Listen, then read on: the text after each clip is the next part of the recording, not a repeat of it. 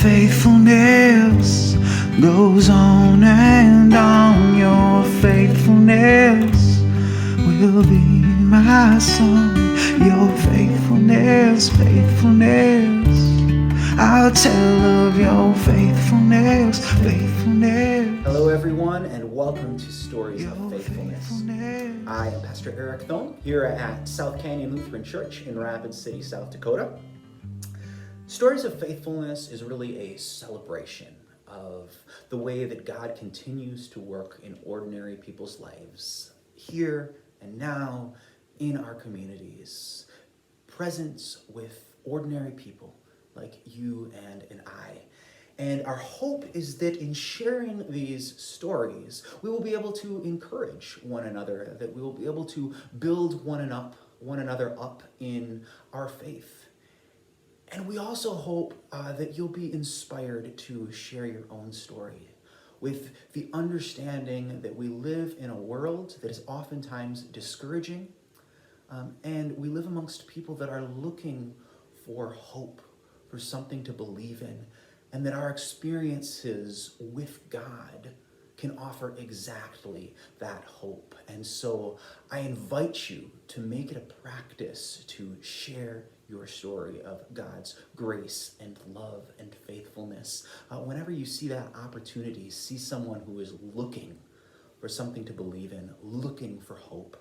And I also want to invite you to share your story with us. You can email us at stories@sclc-rc.org. Again, that's stories@sclc-rc.org. We would love to hear from you and to be able to celebrate God's faithfulness with you. In the conversation that we're going to hear today, I talk with Phil and Nancy Busching, and we discuss their experience of God's faithfulness in the process of raising children and the insights that they have gained through that parenting. And we also talk about the challenge that involves in the 21st century in a world where the relationship between Christianity and the broader culture is not what it has been in the past. And so I know that I was blessed by participating in the conversation, and I trust that you will be as well. So let's take a listen. Phil and Nancy, thank you so much for joining me here today and for your willingness to share your story with the congregation and whoever else may be joining us. To get us started, just tell me a little bit about your experience at South Canyon, how you've been involved, what the congregation has meant to you. Okay. Well, we've been members for about 20 years. Okay. And both of our kids were baptized at South Canyon. Levi's been confirmed at South Canyon Lutheran. And we just continue to go every Sunday and be faithful and serve where we can in Sunday school and confirmation and altar guild, and but not at the coffee counter. Yeah, Why not at the coffee counter? Well, I'm glad you asked, because one time we were asked to be at the coffee counter, and neither of us at the time drank coffee. Now I do now, but we didn't drink coffee. So we're making the coffee in the bun coffee machines or whatever it is, and I pull out the grounds from it. And I'm like, well, these still look dark and rich. I bet you must run several batches of coffee through one set of grounds. And so I think we used the same grounds the whole morning long, and we were never asked back to do. As a bit of a coffee snob, that hurts me just a little bit, and I'll probably confess that I probably wouldn't have asked you back either. Now I know too. I don't blame people for that. We all have our gifts, right? And the nasty looks that we got. Just kidding. Hi, everybody at SCLC. So we're talking about stories of God's faithfulness, really just wanting to lift up the way that God continues to work in people's lives today. That's what this is all about. So with that, I turn it over to you, and tell us about how you have experienced God's faithfulness in your life. Well, we feel God's presence in being allowed to be parents. And through that experience, we've kind of had some more insight about the nature of God, actually. Uh-huh. And for example, like unconditional love seems so abstract and unattainable until you actually have children and you start learning more about yourself, more about God, and um, and the nature of Him. And I'd say as we've been, Christians and faithful, and as you study the Word and go to church and meet with other Christians, you start seeing the world through different eyes, right? Hearing the world through different ears. And parenting is just one of the examples, but I think it lets us enter into kind of a microcosm of what God's responsibility is to His people, and His people being the Israelites. And now everybody in the world, but at the time, the Israelites, early on, He is taking humanity and He is developing them. He is taking humanity early on. It's the 10 Commandments, it's Leviticus, it's strict, it's, don't kill each other, don't. It's a rough start. It's a rough start. So it's super strict. And And that's how it is with parenting, is you start out with a child that needs 100% care, and you're trying to form them, and we're kind of learning as they're growing up too, of like, what do we need to do for them and to make them more independent, more responsible, and to lead them to faith in God for themselves. But early on, it's just to live to the next day.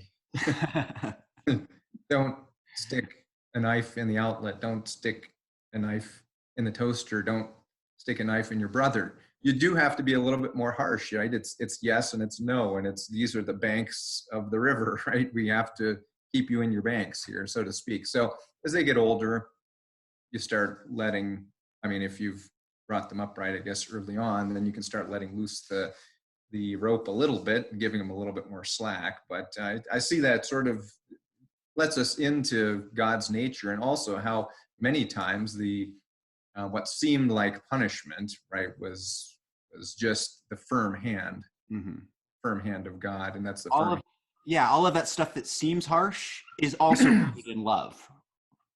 Yeah. Exactly. And so that's the nature of God, right? He loves you enough to do it, right? He loves you enough to not be ambivalent. Right? But just even understanding a deeper sense of love. Because after you have one child, you sometimes think when the next one's coming along, how can you have any more love in you, because you love this child, you love your spouse, you love your neighbors. Mm-hmm. How do you continue to have more and more love? But it's there. It's infinity. So I think it just helps us as being parents to kind of help our kids learn more about God. And too. ultimately, God has to be their God at some point, right? He's our God, and we guide them early, and we tell them stories, and when they're early, they believe those stories, and as they get older, maybe a little bit less so, or they're more discerning. They want to be discerning because that's hopefully how we've raised them to be. But we can, feed them. We can wipe their butts when they're little kids. We can pay for college or whatever it takes. But ultimately, they have to accept. We can't do for them the most important thing. That is get them into their faith. Have them own their faith. We can just guide them to it, and then it's up to them. Yeah, we pass on what we've been given, but ultimately we can't force anyone else to accept it. And we pass on what we've been given through the scriptures, and really what we're doing here is passing on personal experiences and how we've again experienced God's faithfulness. I wonder if there's any other experiences that you would point to that have just really helped you understand God's grace and mercy and presence in the world. Well, I've had what I call it, maybe people would call it a revelation, but a couple divine interventions, as I call them. And this was back probably 12 years ago. And I know I've spoken the one part of the congregation, half of the congregation in the past year about this, but it did happen 12 years ago. We were just briefly, we moved to California in 2006 and bought a house there. We're working as PTs, and then things started not really working for us. No health benefits, and wasn't the business that we had expected it to be. At any rate, Away from family. Away from family, true. And so things were starting to crumble underneath us. And then what happened in between 2006 and 2008? The recession. Mm-hmm. We are in a recession now too, of course. So it's sort of timely, isn't it? Yeah. But at the time we were just going, should we move back to Rapid City? Do we stay in California? As a source of tension for our family to figure out what to do. And I just wanted us to just be content, whatever contentment meant, I wanted contentment. And so I was broken at that point, really. And so I was just lying on the bed, face down, just going, God, just tell me California or Rapid City, California, Rapid City. And you don't even have to say California, Rapid City. You can just say C or R, and I'll know. Make it simple on God. I want to make it as easy on him as possible. Yeah. And so as I'm lying there, out of my core comes an audible yet inaudible, but clear as day response, which was as follows: contentment comes through serving the Lord. And I know it didn't come from me because I had no idea what it meant. I said specifically California or Rapid City, C or R. That's all you had to say. You didn't. What's this contentment comes through serving the Lord? But so even though it was nonsensical to me at the time, as I reflected on it there, I finally realized what the answer was. The Holy Spirit, I'm sure, guided me to it. But I'm like, well, serving the Lord, what is serving the Lord, and where can I serve the Lord? Well, you can serve the Lord anywhere. Right. So what it truly was freedom. He was just throwing freedom at me. Make whichever decision you want. Mm-hmm. That's what he really said, which was incredibly liberating. And so immediately I knew what I was going to do. We're going to move back to Rapid City because I think that's what ultimately we kind of wanted to do. We felt obligated to be in California, but we wanted to move back to Rapid City. And we came to the realization that we have more family back in the South Dakota area, Minnesota, and beyond. And so for our family and to serve and be content, we need to return here to be able to serve the Lord. Mm-hmm. And then it didn't stop there. There's more. Of course, just like the Israelites, next I was hemming and hawing again, right? Right?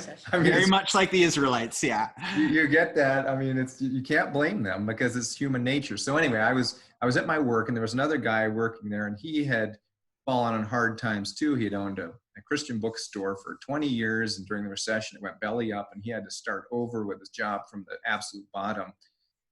And I was telling him how when we moved to California, we did everything by the letter of the law, by the book. We paid $1,600 to register our car or something like that because I was supposed to do it in 30 days. I did it in 32 days or something, and no leniency whatsoever. Of course, the housing is out of control. We went there and bought a house. Anyway, there was a lot of different things. I was just like, gosh, it seems like we've always done everything the way that it's supposed to be done, the way that we're required to do it. Yet we just got stung on it, and we still owned the house out there in California. We're losing money every month. And we didn't know if we could afford even to move back. Mm. And our hearts were now desiring to come back. Yeah. Struggling because we didn't even know if we could afford it. Mm. We make this work. Is this going to work? Is this going to destroy us? Another move or what? But there was a lot of things that just made us feel like we got the short end of the stick over and over and over again. And so I talked to this friend of mine, and he, had sort of been in service of the Lord for 20 years. And then suddenly everything dries up for him too. And so I was riding my bike home from work, which wasn't all that far, but I'm kind of ruminating on it, just going, where's the justice in it? There's no justice in this world.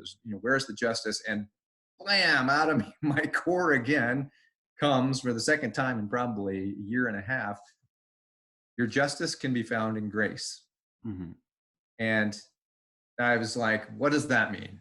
Right? That doesn't mean anything to me. But as I was riding up the hill, I started thinking, the justice. So the justice, what is grace? Okay, God's riches at Christ's mercy or Christ's expense. And it never really meant that much to me, right? Grace didn't mean that much to me before that. I didn't really understand it, honestly. It's not something, I had a really firm grasp of. But in that moment, I understood it, because what is the justice that I deserve as a sinner? What is the justice that we've all earned as sinners? It's the fires of hell, right? That's really what we've earned. That is our justice. But my justice, the justice that he's offering me, far exceeds any justice that I'm even looking for. The justice I was looking for was just, I want to get my money back on that house in California. He's offering me eternal life. Yeah. I want, to not have to work this or that or the other. He's offering me, forgiveness of my sins at Christ's expense. So what he's offering me was so great that it took me 3 blocks to ride home uphill, 10% grade. By the time I got to the top, I was so happy. I was just euphoric. I was like ready to give everything, the limited things that I had, I was ready to give them away, because I felt like the guy, and let's see, where was it? I was going to try to find this. Yeah, Matthew 13:44. The man goes into a field and he finds a treasure, and he reburies the treasure, and he goes back happily, I believe it says, sells everything he owns so he can come back and buy the field. And I finally understood the parable. Yeah. On that ride up the hill, I understood the parable at that moment, because I was that guy. I discovered the value of grace right there. And it was, we all yearn for justice, and he's providing us justice beyond. this is the pressed down, Daily. overflowing measure dumped in your lap. Yeah. He ran home and then is telling me this story, same story. So then we could, experience it together and understand it together. And then since then, that's kind of our main point we want to be as parents, to pass along to our kids too, that, to really have faith and God in your heart, and to understand his nature means more.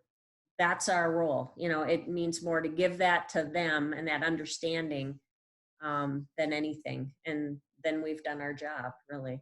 And I appreciate that so much as, a pastor, that commitment to, passing on the faith, and really understanding kind of the pearl of great price, as it were, that we have.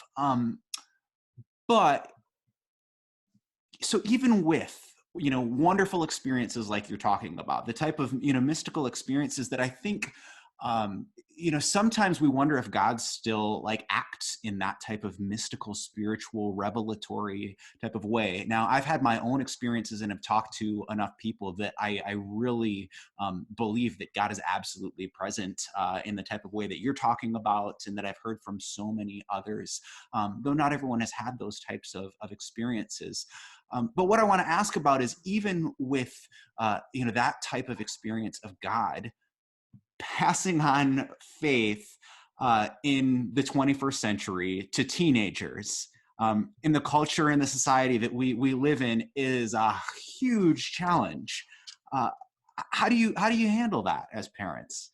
Well, first of all, I think it starts when they're a baby, and it starts at the young age of being consistent and bringing them to the Word and reading them the stories and showing them, religious movies, and kind of bringing it all along. It's kind of their faith continues to grow. Yeah. And so you have to start with a base, and you have to be consistent, and you have to just continue it daily. And that's the act of parenting. There's so many things with parenting every day that we need to do. And we need to continue not only physical, but spiritual growth for our kids. And so it starts out when they're young, And then as they continue to age, you allow them more responsibilities and freedoms, teaching them, you know, there's consequences for, you know, their actions too, and making it be their own, you know, so they're coming up with how they're feeling, and I guess by leading by example too, you know, as parents. First, we drag them to church, right? As youth, we drag them to church. You know, we started with the kids in the back of the church, you know, because we didn't want to be disruptive. And then we like rolled the dice and gambled and said, we're going up front.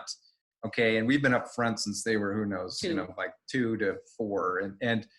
And because then at least they see the voice, right? They don't know who's speaking before then. And they're still, you know, not listening 90% of the time. They're drawing all over stuff. But eventually it comes this time where things start seeping in. So even as they're drawing and writing, they're hearing a few of the things. Then eventually they're stopped drawing and they're listening. And this is now, we're talking teen years, where they start listening a little bit. So that's the sort of progression. But then now we're at teenage years, we have teenagers, and we've helped with some of the confirmation. But the thing that I find, or I think anyway, and I hope I'm right, is in order to make that transition from it's our faith to being their faith and their God that they're worshiping, because that's the real jump that we need to make, is that we have to have them take their faith and start looking at it from every angle and investigating it and putting it in the crucible and putting it under, you know, scrutiny and discerning on their own. And so in the confirmation class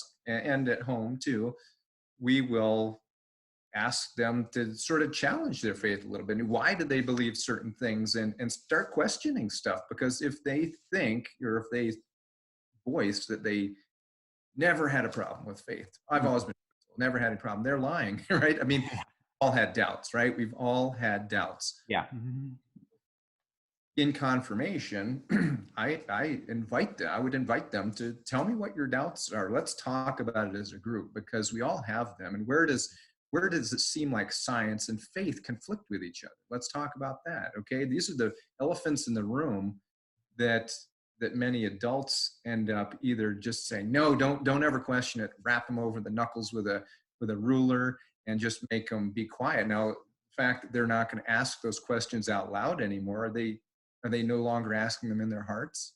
Yes, asking them in their hearts. And that's the great divide between, I mean, we can offer them knowledge and resources, and also show them that there's no threat to questioning your faith, because everybody does at some point. God's big enough to handle it, right? He's handled everything else. Yeah. So he's going to be able to handle it. Bring him your toughest questions. Because he created mathematics. Right. Okay. You know, he created the universe. He created gravity, which remains constant. He created all this stuff. Just throw him your worst, you know, throw your worst at him and see what he comes up with. And maybe we come up with nothing, but at least you know now that you can discuss this in a non-threatening environment. And if you have further questions, where are they going to come? Hopefully to us or to the pastors or whomever that they feel faithfully unthreatened by. We have this window where we can encourage that type of questioning and support them while they go through that. Or we can just wait until they're out on their own and we no longer have the opportunity to encourage and help them through that process. It's their middle school years and their high school years that are really vulnerable time. I'm grateful we have Emmanuel. I think that he does a great job with the kids.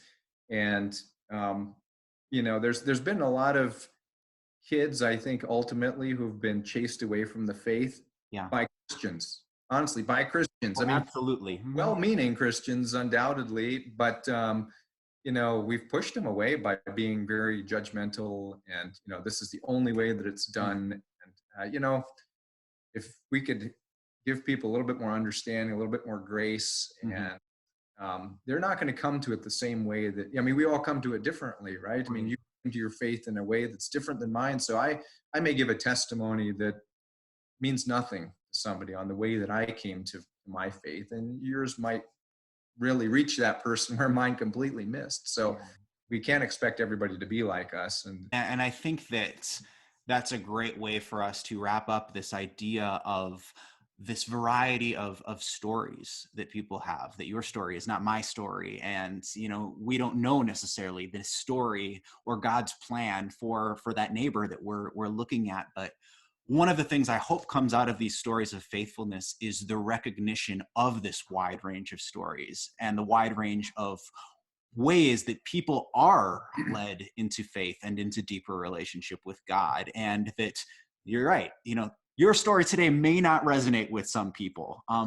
But, next week when we have someone else in here, maybe theirs does. And I think that's where the value, and even I'll say the responsibility is that we all have as Christians to share our own stories, share the stories that God has given to us of how we have experienced that faithfulness. So I thank you so much for your willingness to step up and do that. I am 100% confident that people have been blessed and encouraged by this story, and I hope also inspired to share their own stories. This just sort of started happening, but maybe you want to join me in sending people off. Go in peace. Serve The Lord. Thanks be to God. High five. High five. Your faithfulness goes on and on. Your faithfulness will be my song. Your faithfulness, I'll tell of your faithfulness, your faithfulness.